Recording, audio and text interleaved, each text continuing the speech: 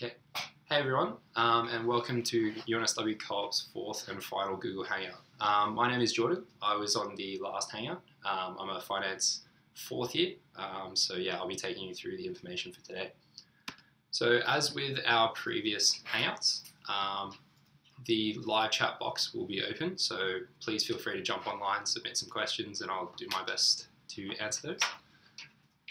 And if you're interested in any of the previous three Hangouts, the links are up there now for you to go have a look at.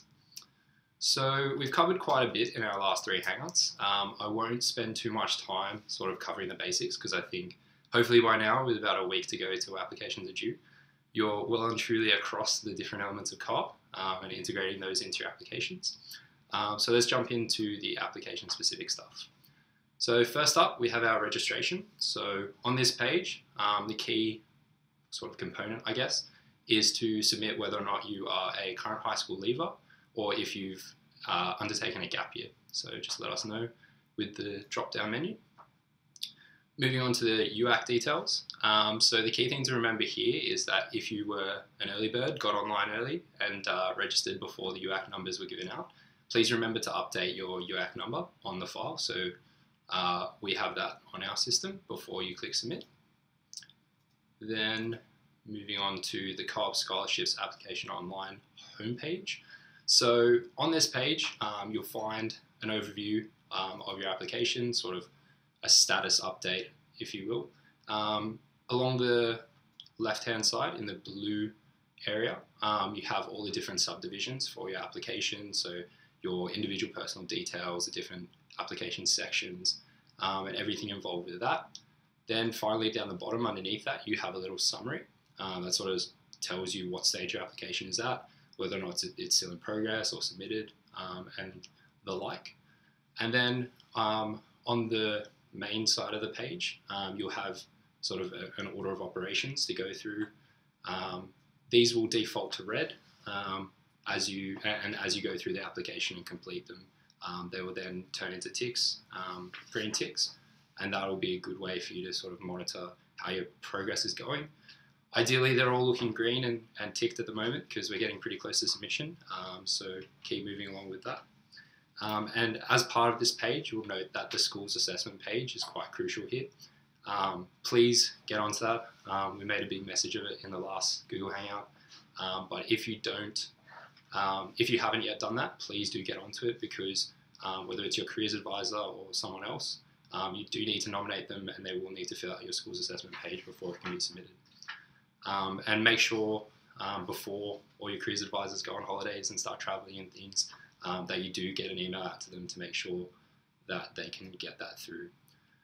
So that's the key part of this supporting documentation page. So your school's assessment page. In addition to that, if you were a gap year student, we do need a gap year explanation from you. But yeah, the crucial message here, nominate your school careers advisor or principal or teacher, whoever you would like to fill out this section of your application, but this must be done prior to submission because we cannot complete your application. You cannot be considered as an applicant unless we have this information. So moving forward to application questions themselves. So under program preferences, you can select up to 3 different programs, but we do stress that you should really only pick the programs that you're genuinely interested in and are willing to make a concerted effort to include in your application. But it does become quite difficult to tailor an application to 3 different disciplines, even if they are within the same sort of streams, because you do need to try and demonstrate the key skills that we're looking for.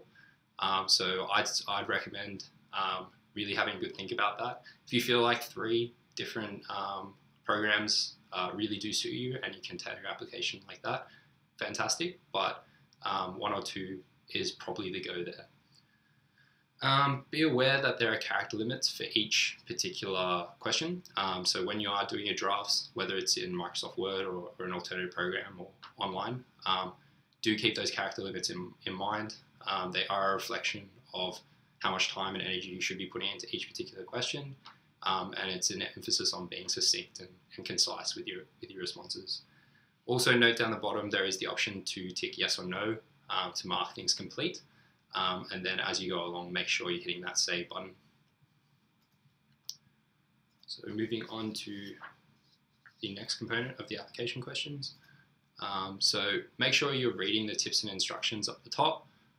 This is a good summary page of your application questions. Make sure that they are all green ticks. By the end of your application, you've answered them all, you haven't missed any, and going over those. Then when you're filling in your educational background or any of the parts of the application, if you are encountering any difficulties technically with the web page not displaying properly, we found that the best browser to use is the latest version of Internet Explorer. So if you are having any issues with that, make sure you do download the latest version of Internet Explorer and have a go with that. If that doesn't work, shoot us an email and we'll see what we can do. On the co-curricular activities page, jump back. So the pre-selected list that we've got there will only start to show up. So that drop-down menu that you can select from will show up once you start typing. So yeah, whatever your particular activities are, start typing those in. If they're there, add them in. If they're not, feel free to add them in the second section where you have free-form typing.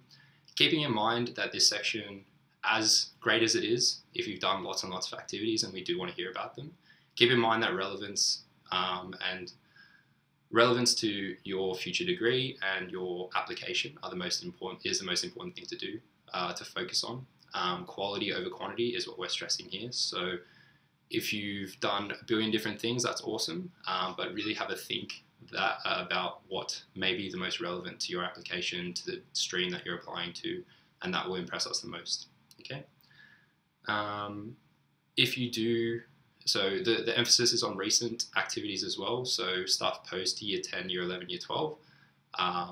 If you have done something amazing in junior school that you feel has significantly impacted how you've developed and grown throughout your high school, that could be something to mention. But the emphasis is definitely on more recent things to show that you can keep up with the demands of year 11, year 12 senior high school from an academic side of things, as well as balance and extracurricular involvement, whether it's with the school community or externally as well. When filling in the educational background, this is more of a technical point, just making sure that each line that you start must have something in every box before you can save and eventually submit on this page. So just make sure you don't miss anything there. And then finally, overall our key tips page. So hopefully the first step is done by now. So register ASAP, make a start. Following that, completing the school's assessment page, as we've mentioned throughout this and previous Google Hangouts. Key part of your preparation and your submission of your application is to make sure that your school's assessment page is completed. Following on from that, making sure that you're reviewing your application, drafting it in Word, trying to put that through as many eyes as you can, whether it's family, friends, careers advisors, people who have relevant industry experience if you can. All those things will be super useful. You can read through your application a million times, think it's great, and miss a really basic spelling mistake, and that can cause you issues. So yeah, definitely take the time to review and get peer reviewed if you can. Before submitting, final proofread. So make sure that you are taking this opportunity to boast about your achievements. If you don't include them, we can't consider it. So really have a think about what you include. Make sure it's relevant, recent, and at the core of it, the important part of all this is linking what you've learnt out of those experiences to the program that you're applying for. That's at the core of your application. It's not just a shopping list of all the activities that you've done. Awesome if you have, but what we care about is what skills have you developed, what career ambitions have you garnered from those experiences that you can take into the co-op program and really make the most of the opportunity. On the screen, we have a link to our application tutorial. So in addition to this Google Hangout and the previous three, that's a great place to look if you're still stuck. So feel free to jump on there and have a look. Finally, we have just a general scholarships page that I'll sort of overview. So in addition to the co-op program, around $15 million per annum is available for scholarships in a variety of areas listed on screen. So merit, equity, accommodation, rural, Indigenous, Sports, Honours, Exchange, and Faculty Program specific scholarships. These are all valued between $5,000 and $25,000 per annum for the minimum of the duration of your program. So really great, fantastic opportunities as well. Your merit scholarships close on the 30th of September. So the closing date for the co-op program is the 28th of September. So making sure that you've got that listed down. Try and not submit it at 11:59 p.m. because the site will most likely be under attack from lots of last minute entries. So just try and get that in a bit earlier. Make sure it's all saved. Make sure you hit submit. Please don't just leave it unsaved. We can't look at any saved applications. We need to have it submitted final with your school's assessment page. And then 2 days later, as I said, is the general scholarships closing date. So the 30th of September. So educational access scheme applications also close on the 30th of November. You need to apply for those via UAC. So go onto their website, type in educational access scheme. If you are unsure about how to apply for that, and you feel like you've suffered some sort of disadvantage throughout your throughout your high school career. Applications for first round of equity scholarships are due on the 12th of December. And you also apply for UAC for those. UNSW will participate in later equity rounds, so check the UNSW scholarship websites for later dates. And then UNSW is the Australian partner for the Robertson Scholars Leadership Program, which offers a full tuition scholarship to Duke or the University of North Carolina.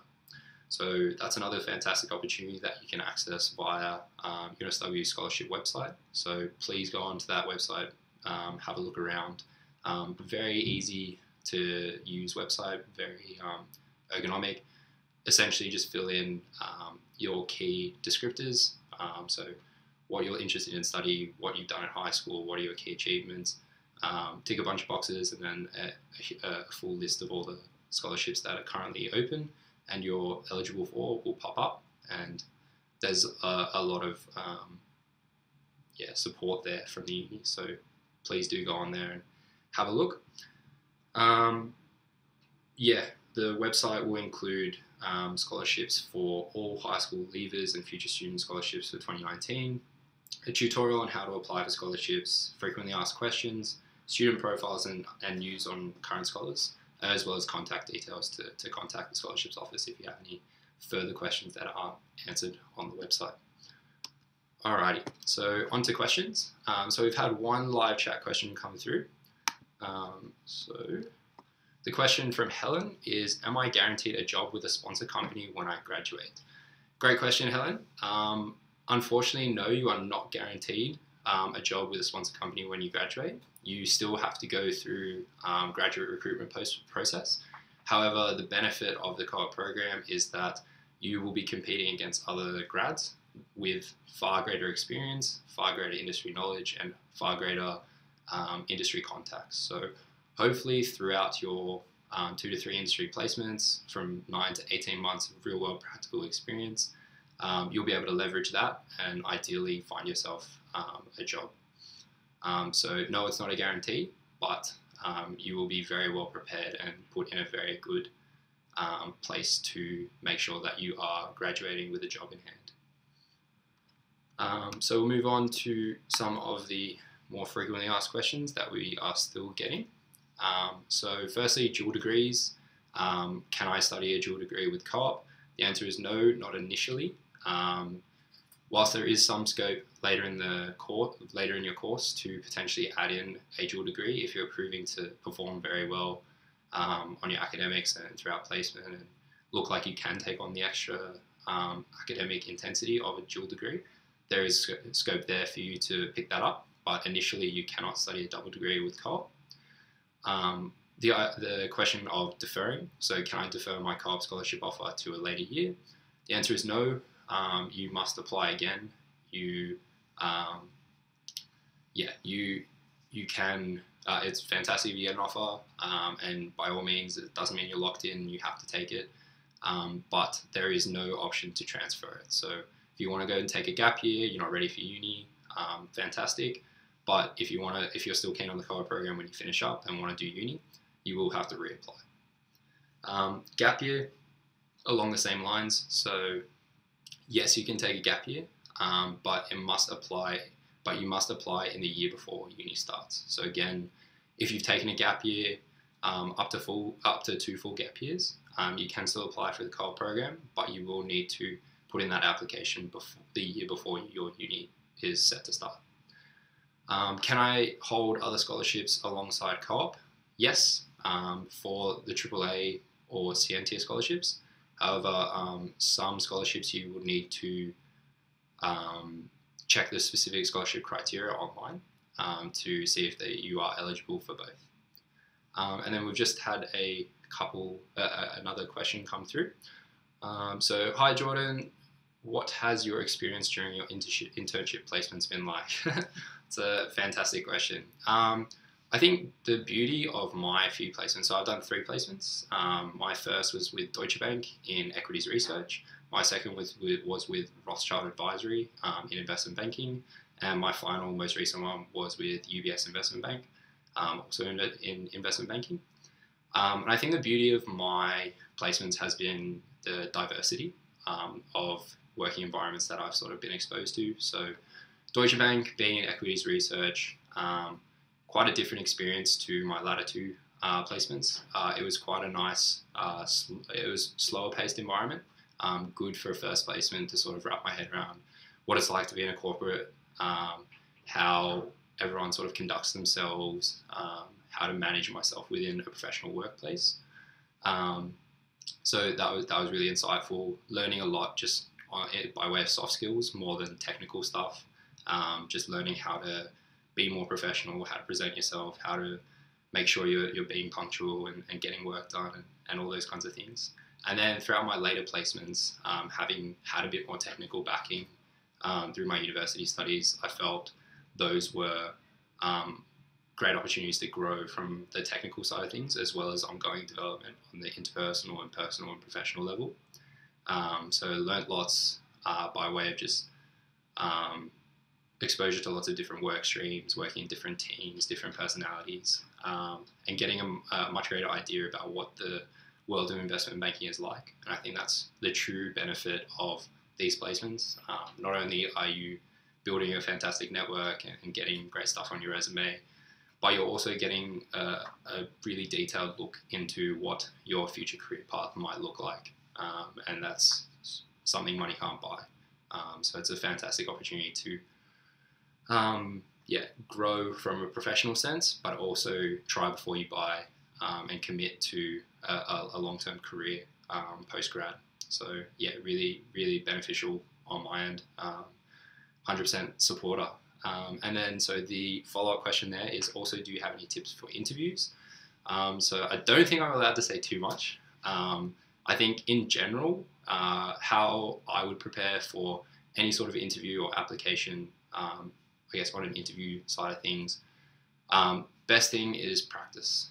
You need to practice how to respond to different kinds of questions, do lots of reading and research on the particular stream you're applying for, do research on the sponsor companies, and then once you've done that research, also have a practice on the behavioral question kind of side of things. So on top of, it's sort of along the same lines as what you've gotten in the written application questions from a sample behavioral question. So stuff about telling us about a time you've shown initiative or leadership, or extending upon examples that you've talked about in your application. So best way to prepare for that is to sit down with a friend or mum and dad or a teacher and get them to just throw questions at you. I think it's uncomfortable, it feels really awkward to start with, and it's a bit embarrassing, but the only way that you get good at it and sound cohesive and coherent is through practice. So that's probably my biggest tip. The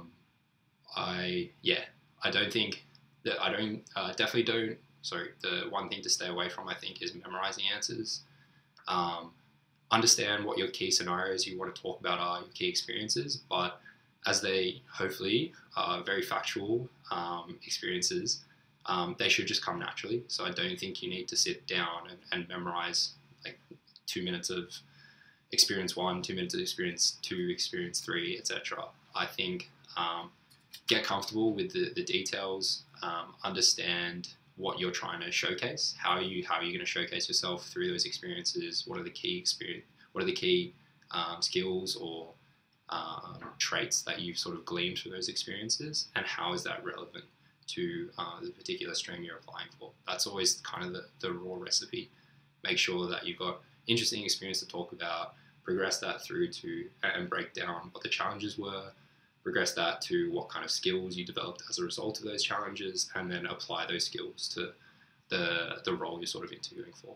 I think that's a sort of basic methodology that you shouldn't have to memorize. It should just come quite naturally. Alright, so continuing on with the other frequently asked questions on screen. So the final one was about adjustment factors or bonus points. So can you include adjustment factors or bonus points for your co-op application? The answer is no, except for in the case of educational access scheme points. So that's the only one that we can apply. Do I need to have the program I'm applying for under co-op as one of my UAC preferences? If you're offered a UNSW Co-op Program scholarship, you need to ensure that your preferences are such that you will be offered a position in that program. To say that in layman's terms, we can't give you a co-op scholarship if it's not on your UAC. So yes, it must be there. It doesn't have to be number one, but the way UAC works is it will lock you into the highest rated, your highest ranked option that you're eligible for. So if you want to be getting into co-op, I'd strongly recommend putting that up the top. Can I still submit my application if my supporting documentation has not been completed? Yes, you can, so long as you have nominated your careers advisor or whoever it is from your school who's going to complete your school's assessment page. Do that today is the message I'm receiving. So yeah, get onto that as soon as possible. That needs to happen prior to you submitting your application. Very simple, very easy. Literally a click of a button. Talk to your careers advisor or your student or your head teacher or your principal or whoever is in charge of it. They will send an email. We made it super easy. They will receive an email from the co-op program detailing what they have to do. Just touch base with them. Make sure that they're aware of that in their inbox. Teachers are very busy. They'll be getting lots of emails every day. So yeah, you can definitely submit your application if the supporting documentation hasn't been completed, but you do need to have nominated. So ASAP, please. What kind of referees do I need to list in the application? You can choose anyone who can support your application and provide feedback about you. Your referees can be someone from your school, the community, or your employer. Okay, so at the core of it, we just want to hear from people who know you, and obviously from your side of things,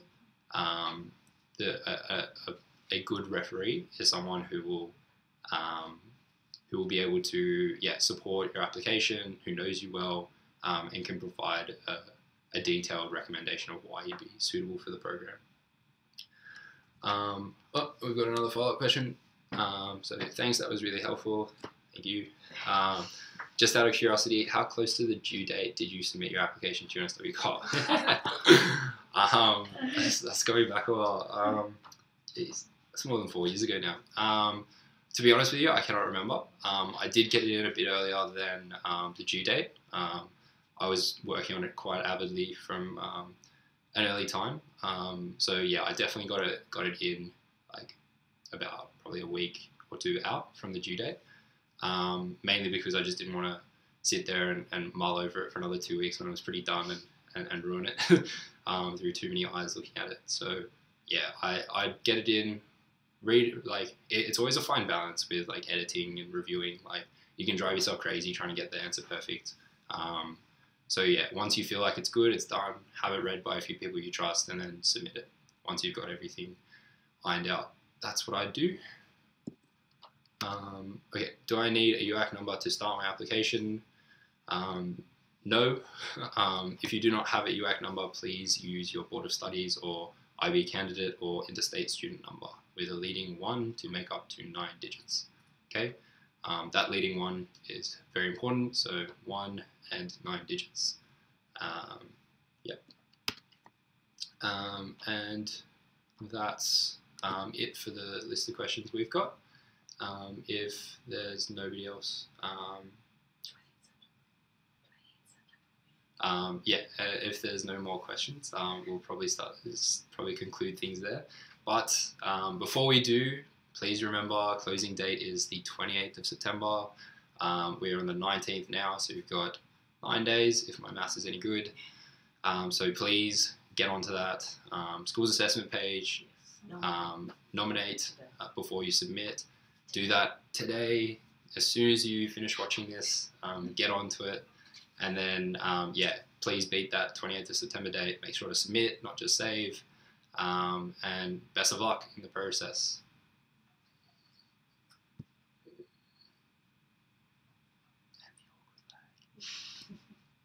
Can't find the mouse.